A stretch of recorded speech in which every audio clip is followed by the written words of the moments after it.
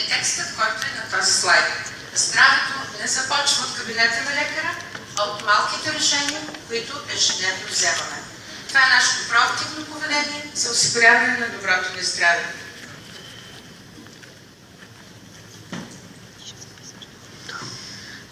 Още древните и още лице на бащата на медицината говори за профилактика. Най-ефективният път към дълголетието е съхраняване на здравето, а не лечението на болестите. Авиценна го е казал, а от него медицината и лечителите се учат и до днес. Говорим за активно поведение още в древността. Отговорът на въпроса как да бъде здрав е прост и сложен. Простичък, защото иска активни грижи от наша страна, активно поведение, и сложен, защото това е комплекс от стъпки, които трябва да направим, но не е непостижим. Няма магическа формула и бързо решение, но в основата на всичко, разбира се, е нашата воля за промяна. Древните не само ни говорят за профилактика, но те ни дават и пътя, по който можем да постигнем това собствено здраве. Те са общували много с природата и за тях истината е била напълно ясна. Какво ни съветват от древността? Доброто, което човек може да направи за себе си, е да използва в пълна степен предоставените ни от природата пълноценни храни, витамини, минерали, уникалните растения, адаптогени, алоe, жешен, лековитите гърби, ехинацея, гинко белоба, лук, чесън и много други познати на човечеството и все нови и нови, които човечеството ще продължава да открива. Какво казвам за здравето науката на 20 век? Могат да бъдат цитирани много учени. Цитирам един вариант на руската школа, професор Новивакин, за когото водата е източник на здраве. Той твърди, че ако периодично прочиствате организма си и пиете достатъчно вода, може да излекувате всяко заболяване, дори и рак, защото според него причината за рак също се крие така нареченото затлачване на организма.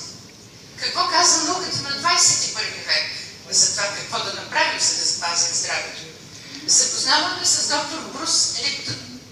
Изключителен учен, университетски преподавател, от много години работи в едно съвсем ново направление на науката, оформено с заглавието епигенетика. Според доктор Брус Липтън и науката епигенетика, животът ни не е само функция на нашата наследственост и че ние имаме власт над живота си чрез провеждане на едно проактивно поведение. Доктор Липтън казва, за да сме здрави, за да могат клетките да функционират свободно, да приемат, обработват и транслират електрическите импулси от околната среда, те трябва да бъдат биологически чисти. Знаем ли достатъчно за здравето си?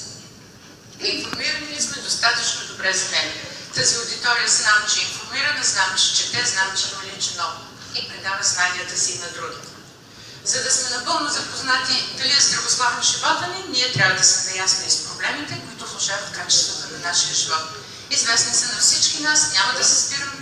Много литература и информация има по този въпрос, просто само ще ги изброя. Неправилният начин на хранене, нарушената и замърсена околна среда, всичко това неминуемо повлиява на качеството на хранителните продукти, които консумираме. Добиваме характеристиката на съвременния цивилизован човек над нормето тегло и затлъстяване, която, за съжаление, започва от ранна възраст, при рязко намаляна физическа активност, недостатъчно пиене на чиста вода, забележете, и високи нива на стрес. Това е един комплекс от причини, които неминуемо влошават качеството на нашия живот. Съвременните хора са подложени и на едно друго много специфично въздействие в отрицателна насока, с отрицателно отношение към здравето. Свободният достъп до много лекарства активират склонността към самолечение и съвременният човек много често посяга към медикаменти, за които не е сигурен въобще дали са му необходими и дали трябва да ги пие и дали не са вредни конкретно за него.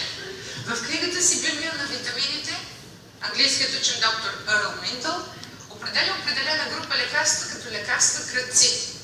От всичките тези лекарства крадци, които той е избрал в книгата си, аз съм подбрала няколко вида медикамента, които най-често се ползват в ежедневната практика и към които най-често се пристъпва за самолечение.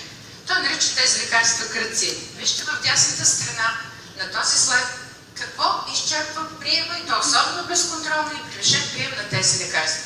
Оказва се, че цялата група витамини, В, витамините С, някои изключително важни аминокиселини, важни антиоксиданти и въобще тези лекарства кръци нанасят един огромен удар върху нутриентите, които ние приемаме с храната и които така или иначе са в изключително количество в нея.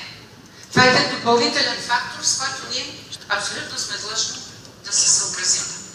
Човек е подложен и на характеристиките на съвременното хранене, с много голямата и продължителна топлинна обработка, с многото вложени подобрители и всякакви други технически вещества и технологично прилагани методи. Храната става така, че тя натоварването силно елиминиращите органи в човешкото тяло, а това са дебелото черво, бъбреците, черния дроб, белите дробове и кожата. Приемат на всички тези храни кара тялото трудно да се справи с тях.